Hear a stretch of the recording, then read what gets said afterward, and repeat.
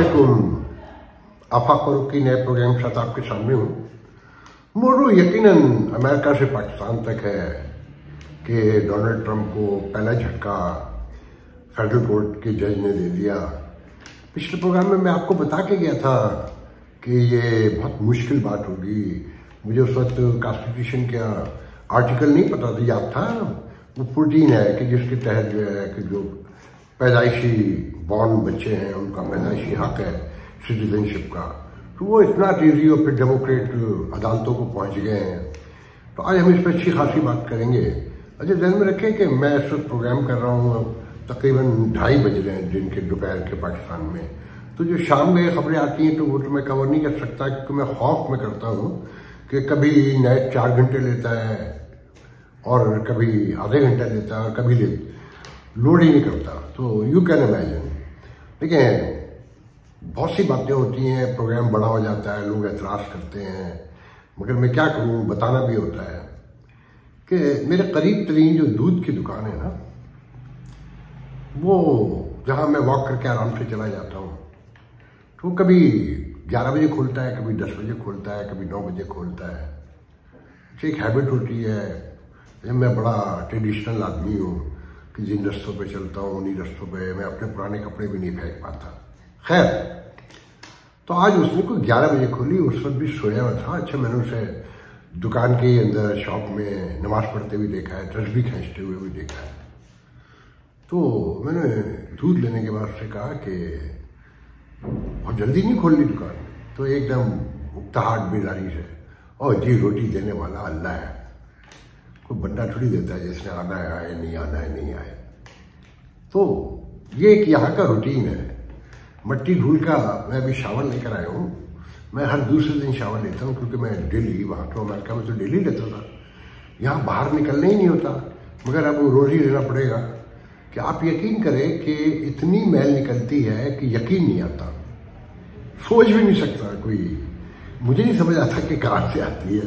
अच्छा, बैक पर जिसे हम पीठ कहते हैं, उसका तो हमें पता ही नहीं है। माँ के बाद कभी वो साफ ही नहीं हुई, तो जिंदगी में कोई ऐसा नहीं आया कि पीठ भी साफ करता। अब ये शोर की आवाज़ आ रही है। बहुत से दोस्त कहेंगे कि यार वो घंटियों की आवाज़ें भी आती हैं, या तो आलू वाला भी स्पीकर लेकर आता है, सब्जी वाला भी, कि बाहर इतना शोर है कि अगर वो स्पीकर पे बात न करे, अपनी आवाज़ न लगाए, तो किसी को सुनाई न दे। तो घंटियाँ, स्पीकर, क्या क्या बताऊँ। बहरहाल, तो मौजूद हमारा डोनाल्ड ट्रंप है और साथ में मोहसिन नकवी हैं। बहुत इंपॉर्टेंट खबरें उनकी। मगर सबसे पहले मैं अपने अजीज दोस्त जानी बशीर, जिनका पिछले लास्ट वीडियो में मैंने कुछ सटायर करने की कोशिश की और ह्यूमर कह लें अपनी तरफ से, मगर शायद उन्हें बहुत बुरा लगा। मैं सबसे पहले तो जानी बशीर, आप मेरे छोटे भाई हैं, आप मेरा बहुत एहतराम करते हैं, तो मैं दिली माजरत चाहता हूँ अगर आप हर्ट हुए। मेरा कहीं कतई ये मकसद नहीं था। मैं तो सिर्फ एक गुफ्तगू, तफन्नुन बराए तफन्नुन जिसे कहते हैं ना, उसके अलावा कोई मकसद नहीं था। मगर साथ में ये कहूँगा कि वो जो हायर का लफ्ज़ मैंने इस्तेमाल किया, नहीं करना चाहिए था मुझे, कि ड्राइवर और गाड़ी दोनों हायर कर की तनवीर अहमद ने। ये पैसे वालों के लिए हम 3-3 दिन अपने लगाते हैं, किसे हमें गौर करना चाहिए। अच्छा, इस मुल्क का, इस माशरे का सबसे बड़ा अलमिया ये है कि जिसकी जेब में पैसे हैं वही इन्वेस्टर है, वही इंटेलेक्चुअल है और वही बिल्डर है। तो हालत देखें क्या हो गई है। अगर इन लोगों से पैसे वापस इनके पास से ना हो रहे हैं तो इन्हें कोई पूछने भी ना आए इनकी गुफ्तगू सुनकर। तो खैर, मैं किसी के बारे में कोई ऐसी बात नहीं करना चाहता, मगर इस मुल्क का सबसे बड़ा अलमिया ये है कि जमहूरियत में भी दौलत के अलावा और कुछ भी नहीं है। जबकि और डोनाल्ड ट्रंप तारीख में एक ऑड है डेमोक्रेसी की हिस्ट्री में। तो मैं अपने भाई से दोबारा माजरत करता हूँ, मगर बहुत सी बातें वो गौर तलब थी, उस पर और जरूर किया जाना चाहिए। देखिए, ये पहले हम बात करेंगे मोहसिन नकवी पर। जनाब, वो एक anti far China group, lobbyist, federal state something उसका नाम है, और स्टीव बैनन उसमें एक नाम बड़ा इंपॉर्टेंट मुझे नजर आया, जो मैं जानता हूं कि उसके बानियों में है। ये डोनाल्ड ट्रंप की पहली हुकूमत में चीफ स्ट्रेटेजिक थे फर्स्ट 7 मंथ में। और ये जो लॉबिस्ट फर्म है ये अपने आप को चाइना के खिलाफ जिलावतन हुकूमत भी कहती है, और ये जो कम्युनिस्ट पार्टी चाइना की हुकूमत है इसका खात्मा चाहती है, फ्री चाइना चाहती है। और ये एक अमेरिकन पॉइंट ऑफ व्यू से बिल्कुल ठीक है, मुझे तो के लिए भी ठीक है। मगर पाकिस्तान जो one China and one China की बात करता है, ताइवान को टूट अंग करार देता है, जैसे कश्मीर को पाकिस्तान और हम देते हैं, तो और अमेरिका नहीं मानता और दुनिया भी बहुत से मुल्क नहीं मानते, तो एक बहुत बड़ा क्रिटिकल इशू है। उस ग्रुप की पार्टी में जाना मोहसिन नकवी का बहुत से सवालात खड़े कर दिया। पहले तो मैं हैरान ही हूं कि जो आसपास लोग थे, मुझे अच्छा नहीं लगेगा मैं किसी का नाम लूं, उन्होंने रोका नहीं कि भाई अगर चाइना के साथ खड़े हैं तो फिर चाइना के साथ खड़े रहने चाहिए। ये डबल खेलने की जो आदत है उन्हें, इसने हमें दुनिया में बड़ा रुस्वा किया है। अच्छा, फिर ये भी मुमकिन है कुछ लोगों का थॉट प्रोसेस है, मैंने भी यही समझा, मगर मुझे फिर दूसरे लोगों की गुफ्तगू भी सुनने को मिली, पढ़ने को भी मिली कि हम बगावत पे तो नहीं होता रहे हैं चाइना से, और सिंबॉलिकली वहां ले जाया गया हो मोहतरम मोहसिन नकवी साहब को। फॉरेन ऑफिस ने तो बिल्कुल डिक्लाइन ही कर दिया, उनके दौरे को डिनाई कर दिया है कि जी हमारा कोई ताल्लुक नहीं, ना हमने अप्रूवल दी, ना हमारे इल्म में हो, तो प्राइम मिनिस्टर जाने वो जाने, और किसी प्रोसेस के तहत नहीं गए हैं, और हाथ खड़े कर दिए कि जी हमारा कुछ नहीं हो, चाइना के साथ ही खड़े हुए हैं। अब उसमें कहा जा रहा है कि जी ISPR ने वजाहत मांग ली है, तो मैं नहीं समझता कि लाडेले, इंतहाई प्यारे और इंतहाई करीब जिनकी वजह से वो मिनिस्टर हैं, जिनकी वजह से क्रिकेट कंट्रोल बोर्ड के चेयरमैन हैं, जिनकी वजह से वो केयर टेकर चीफ मिनिस्टर बने, तो जब तक वो साथ है कि फाश गलतियां करें, छोटे ब्लेंडर्स करें, उसके अलावा कुछ नहीं। अच्छा, सवाल ये भी उठाया कि जी टिकट बाय किया तो उन्होंने डोनाल्ड ट्रंप की इनॉग्रेल तकरीब में, तो इसमें जो अहम बात है ना कि क्या ये कोई मैसेज था, जानबूझ के इंटेंशनली गए और अमेरिका को मैसेज दिया कि हमारे यहाँ स्प्लिट है इस मामले में और हम टूवर्ड्स अमेरिका रहना चाहते हैं। अच्छा, मैं एक बात जानता हूँ बहुत अच्छी तरीके से, मोहसिन नकवी के अराउंड में जो इंतहाई क्लोजेस्ट लोग हैं वो सब चाइना के खिलाफ है और सब के सब प्रो अमेरिकन है, और अमेरिका के बगैर वो दुनिया को चलता हुआ भी नहीं देखते जैसे मैं। और मेरी बहुत लंबी लंबी गुफ्तगू है इस मामले में, और मैं पूरा थॉट प्रोसेस जानता हूँ उनके अराउंड के लोगों का। मोहसिन नकवी का मैं नहीं कह सकता, मगर मोहसिन नकवी अमेरिका के पढ़े हुए हैं, बड़े सेकुलर लिबरल बजाय, तो ये एक मैसेज भी हो सकता है। अच्छा, कुछ लोगों का कहना ये है कि ये मलबा सारा जो है ना एम्बेसडर पे गिरेगा, यूनाइटेड नेशन में जो पाकिस्तान के एम्बेसडर, सॉरी यूनाइटेड स्टेट्स में जो पाकिस्तान के एम्बेसडर है। मेरा नहीं ख्याल है। मोहसिन नकवी जिन्हें प्यारे हैं, मोहसिन नकवी का एम्बेसडर इन दोनों प्यारे हैं, तो ऐसा कुछ नहीं होने जा रहा। मगर ये गुफ्तगू में रहेगा और ये बहुत ही क्या कहना चाहिए डिबेटेबल बात है। आगे देखिए क्या क्या होता है। फिर साथ में मैं तो अब उन्हें कहूँगा कि वज़ीर दाखिला ही नहीं, खारजा भी वही हैं, खजाना भी वही है, सनत और तिजारत भी उन्हीं के पास है कि वो इन्वेस्टर से भी मिल रहे हैं। अच्छा, इन्वेस्टर क्या, ये जो पाकिस्तान बिजनेस काउंसिल है, ये गुज़िश्ता 30 साल से मैं कम से कम मुझे याद है, मैं देख रहा हूँ कि हर पाकिस्तानी प्राइम मिनिस्टर से, प्रेसिडेंट से, वजीर से, जो इन्फ्लुएंशियल वजीर उससे मिलते हैं और बड़ी सरमायाकारी पे बात होती है। तो मुझे कोई प्रोवाइड करते हैं कि इन्होंने कितनी सरमायाकारी अब तक की है। इसमें पहले एक साहब हुआ करते थे जो पेप्सी के CEO हुआ करते थे, उसके बाद तो कोई इतने अहम लोग इसमें मुझे नजर भी नहीं आते। तो खबरें बनानी है, असल मकसद ये है। कोई इन्वेस्टर अमेरिका से मुझे तो नहीं नजर आती कोई इन्वेस्टमेंट होती हुई, मतलब मेन स्ट्रीम से। आने वाले दिनों का मैं कुछ नहीं कह सकता। और यहाँ जो हालात हैं, जो सियासी तकसीम है, वो आपको पता चल गया होगा कि 26वीं तरमीम को आज PTI ने बिलाखिर कोर्ट में चैलेंज कर दिया कि ये इलीगल है, कॉन्स्टिट्यूशन की सोल के खिलाफ है, ह्यूमन राइट्स के खिलाफ है, अदलिया की आज़ादी के खिलाफ है। तो लेट्स सी, दांत निकली हुई, टांगे टूटी हुई और सर कटी हुई अदलिया इस पर क्या फैसला देगी, ये तो आने वाला वक्त पैदा करेगा। देखिए मुआवजे तो कभी भी हो सकते हैं ना। अच्छा, जजों की तकसीम आपके सामने है कि जी जजेस कमेटी के कहने पर चलते हुए मुकदमे इधर से उधर कर दिए गए, तौहीन अदालत के एडिशनल रजिस्ट्रार पर मुकदमा चल रहा है। जब सारे इदारे टूट चुके हैं, वो आज बैरिस्टर गौर कह रहे थे कि जी इस मुल्क के सारे इदारे कमजोर से कमजोर नहीं टूट चुके हैं। और ला कानूनियत मोहसिन अजीज बलोच साहब जो हैं बड़े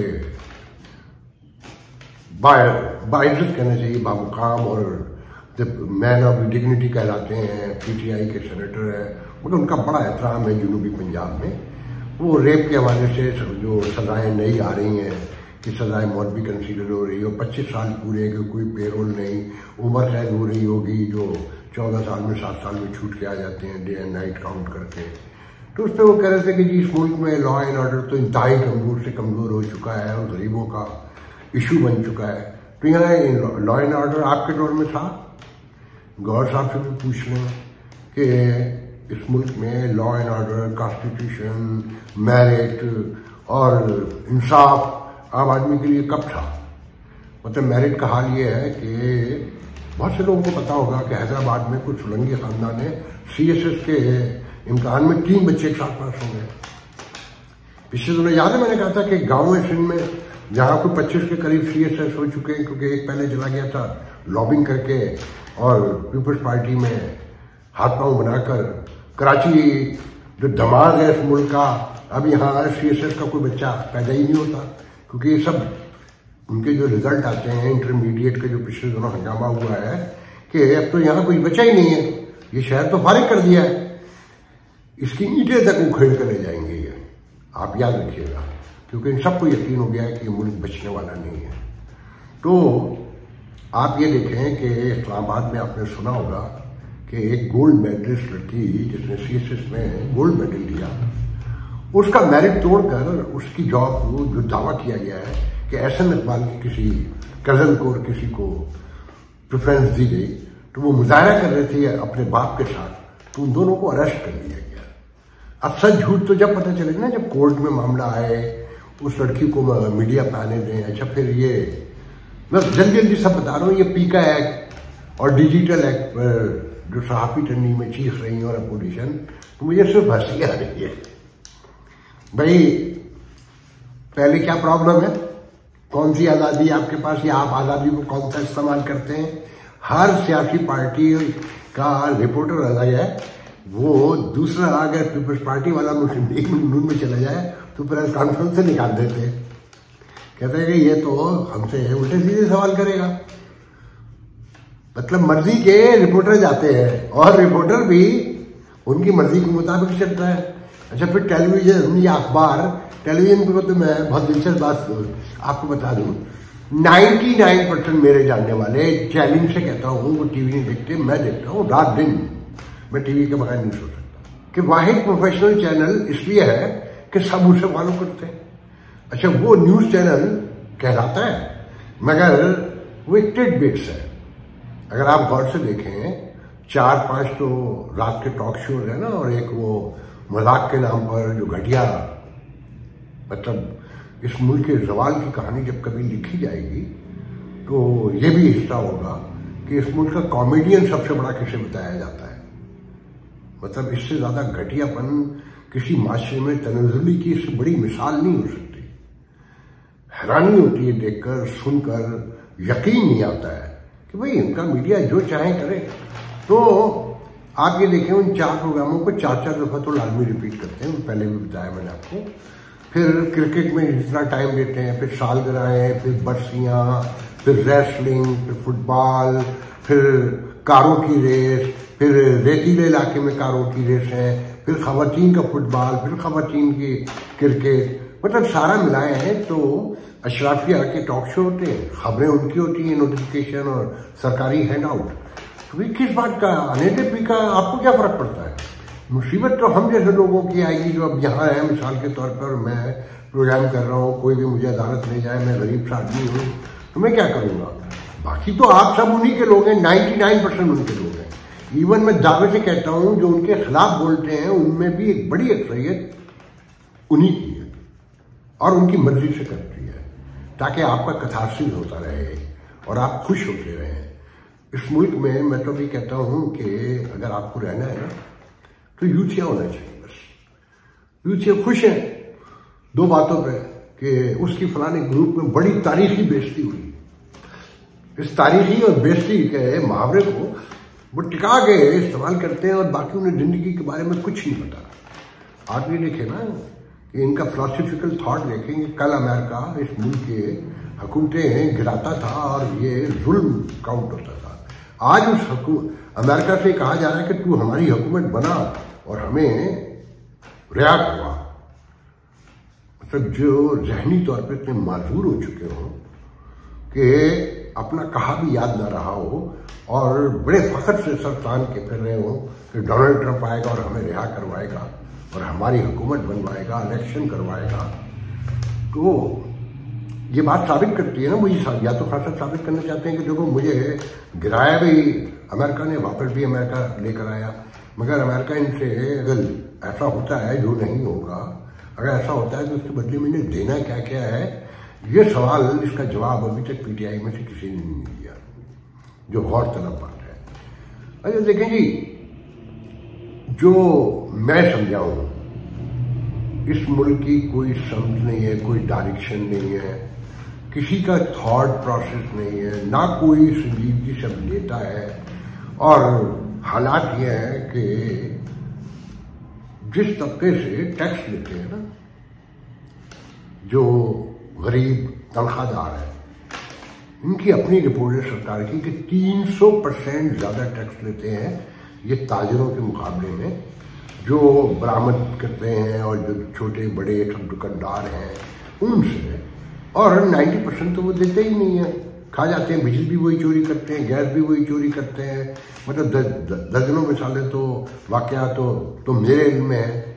मगर जो सबसे कमजोर तबका है, जो नौकरी पे पड़ता है, उसे मारे जा रहे हैं, उसे खत्म किए जा रहे हैं और उसे न सड़क देते हैं, न पानी देते हैं, न बिजली देते हैं, न गैस देते हैं, ना लॉ एंड ऑर्डर देते हैं। और जो चोरी कर रहे हैं सब कुछ, जो लूट भी रहे हैं, ये सारी फैसिलिटीज उनके हैं। तब मुलाजमतें भी बड़ी उन्हीं के लिए हैं, इख्तिदार भी उन्हीं के लिए है, अदालतें भी उन्हीं की हैं, बुकला भी उन्हीं के, सब कुछ उन्हीं का है।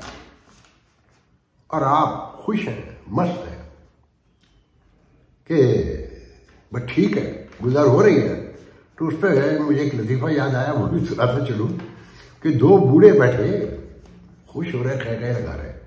तो पहला एक आदमी आया और कहा कि खैरियत किस बात पे? कह लेंगे हमने पाकिस्तान को सुधारने का मुकम्मल मंसूबा तैयार कर लिया। उन्होंने पूछा कैसे? उन्होंने कहा सोचा है कि पूरी कौम को जेल में अंदर कर दो, साथ में गधे को भी। उसने कहा अच्छा, मगर ये गधा क्यों? कहना देखा, इसे गधे की फिक्र है, कौम की फिक्र नहीं है।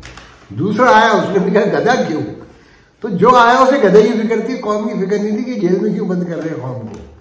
तो ये यहाँ की मेंटेलिटी। अब आते हैं आखिरी इशू पे, लंबा हो जाता है प्रोग्राम।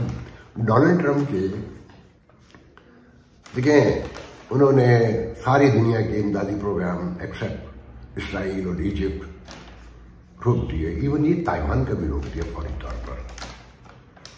बहुत सिग्निफिकेंट है ये मूव जो है, बहुत ज़्यादा। अच्छा, फिर ये इमिग्रेशन के हवाले से तो ये जो बच्चों की पैदाइश के हक़ शहरियत है, इस पर तो एक बात जहन में समझ लें आप, डोनाल्ड ट्रंप जीते ही इमिग्रेशन के इशू पे, और कोई इशू नहीं है। ये मुल्क गोरों ने बनाया है, इसमें कोई दो राय नहीं है।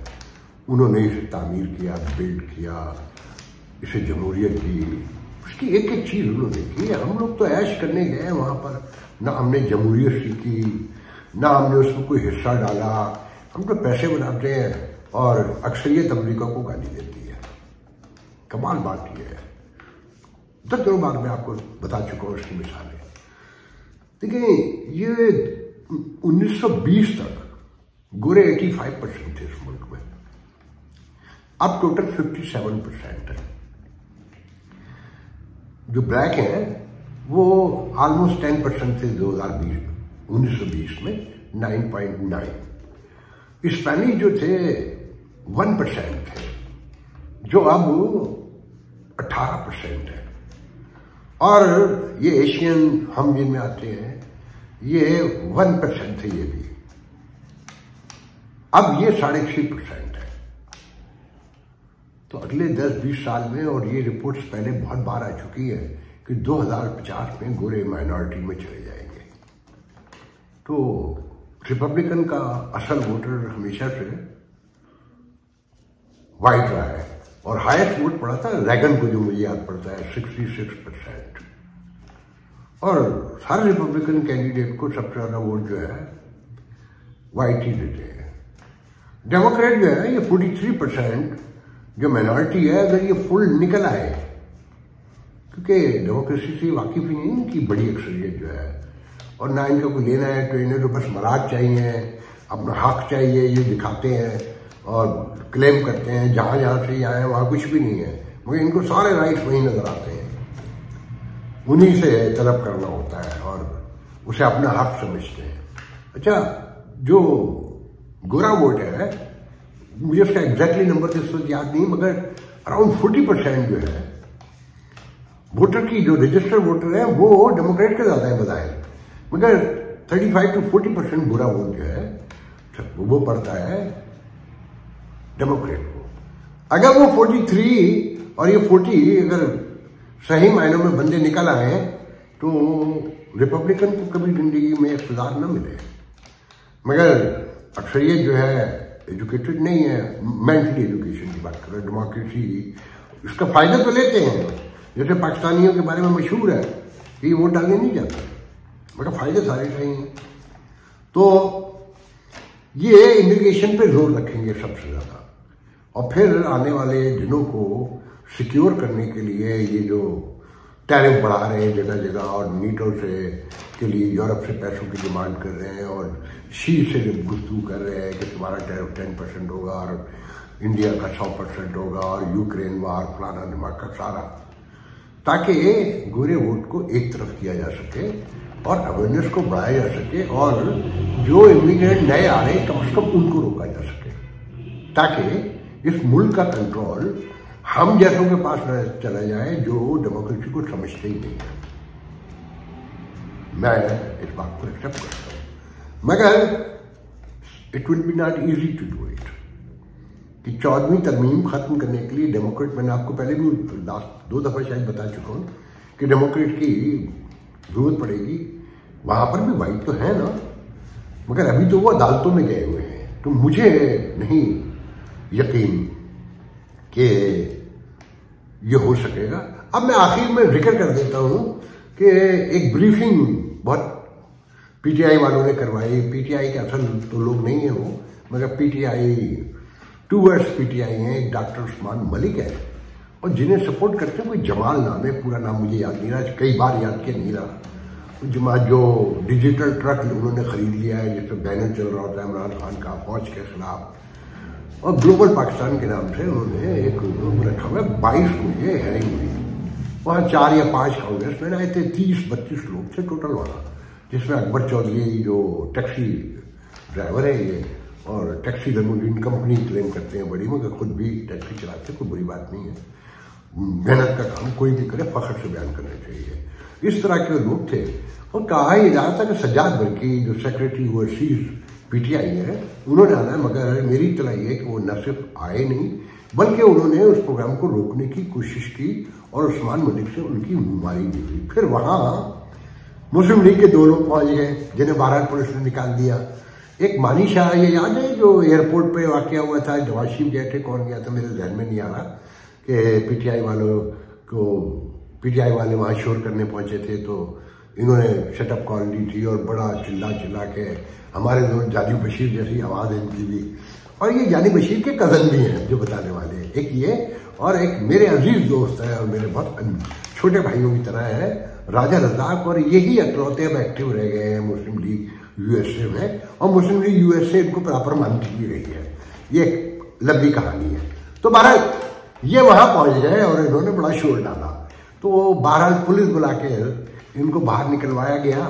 अच्छा, इस तरह की हेयरिंग वेयरिंग से फर्क तो कोई पड़ता नहीं है, नंबर बनाने होते हैं। अच्छा, इसमें जो अहम बात लोग बताते हैं कि ये जो जमाल साहब है जो डिजिटल ट्रक लेके फिरते हैं, ये एमडी हैं अच्छा, एमडीओ की पूरी लॉबी खान साहब के साथ है। तो डॉक्टर उस्मान डेंटिस्ट है, नए नए अभी जो मुझे लोगों ने बताया है कि जनाब ये भी कोई एमडी है, मेरे इल्म में नहीं, वल्लाह आलम बिस्सवा, मैं कोई इल्जाम नहीं लगाना चाहता हूँ, है भी तो मैं तो यही सबसे बड़ा सपोर्टर हूँ कि सन ऑफ सुहेल है, पाकिस्तानी है, पाकिस्तान के वालिदैन के बच्चे हैं, तो मुझे उतने ही अजीज हैं जितने बाकी लोग अजीज हैं। मेरे यहाँ ये डिस्क्रिमिनेशन नहीं, मगर ये जरूर बताना पड़ेगा कि एमडीओ की पूरी लॉबी जो है इमरान खान के साथ है। मगर इसमें ये जहन में रखें कि डॉक्टर आसिफ महमूद जो सबसे मोस्ट एक्टिव थे, उन्हें खामोश करा दिया गया। अब कैसे खामोश कराया, मुझे पूरी कहानी पता है, जो पाकिस्तान उनके गांव से शुरू होती है और लॉस एंजलिस तक पहुंचती है, मगर वो मैं नहीं सुनाऊंगा, वो आप उनके अराउंड के लोगों से पूछे। मगर उन्हें खामोश करा ले गया, मगर उनके जो सिस्टम में लोग हैं वो बोल रहे हैं। जैसे पिछले दिनों एक वीडियो आया था जिसमें रोहन खन्ना कह रहे थे कि जब रिचर्ड गियर की ग्रेन की, अगर आपको याद हो, वो ट्वीट कर रहे थे रिलीज इमरान खान, तो रोहन खन्ना ने एक वीडियो किया था कि अब ये बाई पार्टीजन इशू है और इमरान खान को रिहा करना पड़ेगा। अब रोहन खन्ना किसके करीब है सबको पता है, और ब्रिट शर्मन किसके नजदीक है सबको पता है, और कहां से है ये भी सबको पता है। मगर इस्टेब्लिशमेंट के, पाकिस्तानी इस्टेब्लिशमेंट के करीब तरीन जराये का दावा है कि डॉक्टर आसिफ महमूद को खामोश करा दिया गया है, अब आप उन्हें कहीं नहीं देखेंगे। तो आखिरी इशू ये है कि यहाँ लोगों को बड़ा एतराज है कि जी सऊदी अरब जो है $600 बिलियन इन्वेस्ट करने जा रहा है सऊदी अरब में, और पाकिस्तान जो इतना बड़ा सपोर्टर है और सारा कुछ है, हमारी फौज भी वहाँ पर है बहुत सी, हमारे लोग भी हैं, मुसलमान भी हैं, सारा कुछ है, हमें 2-2 बिलियन के लिए तरसाता है, 1-1 बिलियन के लिए तरसाता है, इंडिया को भी सपोर्ट करता है, और डोनाल्ड ट्रंप के कहने पे हो सकता है ये इन्वेस्टमेंट 1 ट्रिलियन 1000 बिलियन डॉलर पे पहुंच जाए। यार कितने नाशुक्रे हैं आप लोग। बोलते हुए सोचना तो चाहिए ना, आपके यहाँ को जो 40,000 मदरसे हैं ना, 25,000 को वो सपोर्ट करता है, उसकी फंडिंग से चलते हैं। ये जो इस्लाम का किला बनाया है उसने, आपने नहीं बनाया, उसने बनाया है इस्लाम का किला, जिसे आप पूरी दुनिया को दिखा के डरा रहे हैं, और नारे तकबीर अल्लाह अकबर, और आपने ऐसे लोग पैदा किए हैं जो दूध की दुकान 11 बजे खोलते हैं नींद की हालत में और कहते हैं और यार रोटी तो अल्लाह देता है यार। उसे कोई फिक्र नहीं है कि 10,000 टोटल वफाक कमाता है और 11,000 जो है सूद देता है। तो ये सऊदिया ने आपको दिया है, और क्या चाहिए, इस्लाम का किला तो बना दिया ना, तो और क्या चाहिए आपको जिंदगी में, इससे तो कुछ चाहिए। बहर आज के लिए मुझे इजाजत दीजिए, कल आपसे गुफ्तगू होगी। हो नहीं जाता करना पैंदा है, हो नहीं जाता करना पैंदा, जीवन दे लई मरना पैंदा। खून की बीमारियों में मुब्तला, जिंदगी के लिए तरसते हुए थैलेसीमिया, हीमोफीलिया और ब्लड कैंसर के मरीज मुन्नू भाई के बाद अब आपकी शफकत चाहते हैं। उन्होंने मुल्क के लिए बहुत कुछ किया, आइए हम भी उनकी सुंदस फाउंडेशन के लिए कुछ करें, मुन्नू भाई के मिशन को आगे बढ़ाएं। तो फिर आए आप भी अपनी ज़कात अतियात सुंदस फाउंडेशन को देकर बचाइए किसी बच्चे की जान। ये अली है, अली को थैलेसीमिया है। आज उसे अपनी सालगिरह पर ब्लड ट्रांसफ्यूजन के लिए आना पड़ा। सुंदस फाउंडेशन गुज़िश्ता कई सालों से थैलेसीमिया के शिकार हजारों बच्चों की जिंदगी में उम्मीद और खुशियों के रंग बिखेर रहा है। भी आप अपनी खैरात, ज़कात और अतियात सुंदस फाउंडेशन को भिजवाकर इन बच्चों की जिंदगी के टिमटिमाते चिरागों को रोशन रखें।